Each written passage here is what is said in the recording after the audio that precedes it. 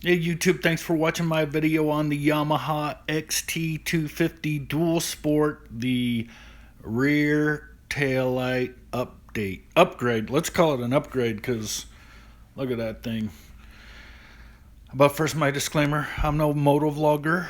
I don't edit videos. It's one take, only take. If I misspeak, let me know. I'll correct it in the description. Video production quality is low. But go with that. That being said, ask me any questions. I'm always happy to answer. And yeah, look at this thing. Well, first thing is, you lose weight. This thing is heavy. It's got to be pounds. Metal thing in it and all that.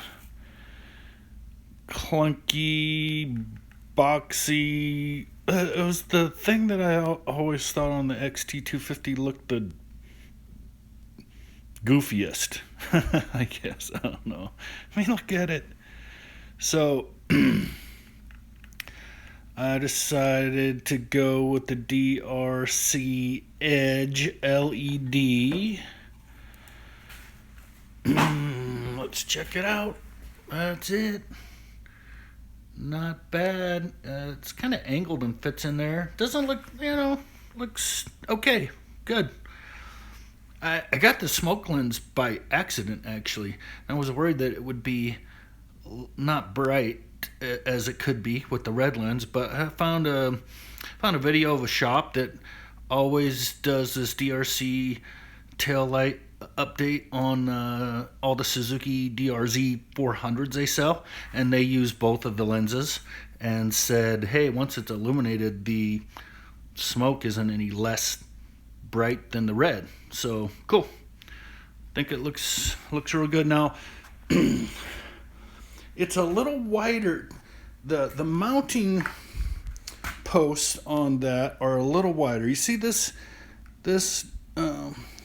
original unit like goes into the square piece of the fender right here, right? Right here. And the posts for this the posts on this light, the mounting posts are a little wider. So I just made a bracket and drilled some holes that those posts would meet up with, and just did it that way. Now if I was to do it again, I'd probably use L brackets on the side, like right there. See if I can point that out. Yeah. Like some light. There we go. Right here, if you did L brackets, one on each side, and just caught the post, L bracket and that, and you could eliminate this gap. See that gap I have right between the back of the tail light and the plastic fender? Trying to get it, blocking the light. There we go. You could eliminate that. It would be flat up against this if you used an L bracket. So, but the way I did it, solid as a rock. If I was to do it again, I would use L brackets on both sides. So take that advice for what it's worth. Again, you'd eliminate this gap, which I don't think, will I change that? Probably not. They're probably here to stay. It's good. It's solid as a rock. See? All good.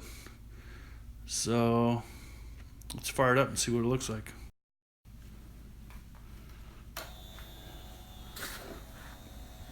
All right. This iPhone camera doesn't pick it up very well. It just looks white, but as I look at it, it's bright red. It's picking up a lot of light off my license plate, but bright red. I think it's probably even brighter than the stock tail. Let's hit some brake light. I'm using the prop it up method. All right, brakes.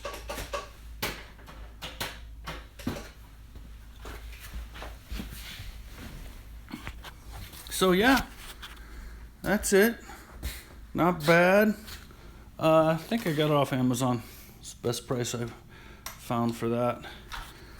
But gosh, I mean, quite And I always liked that the Asian models of the XT250 light package is way better. In fact, the new one, the 2020, the last final model year for the Saro XT250, that has a little LED light that looks a lot like that, to tell you the truth.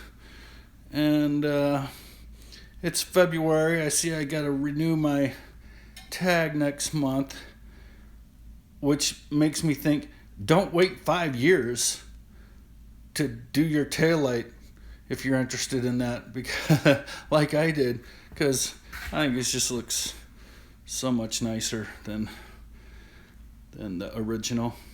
And like I said, it looks pretty much like the latest OEM from Yamaha for the Asian version.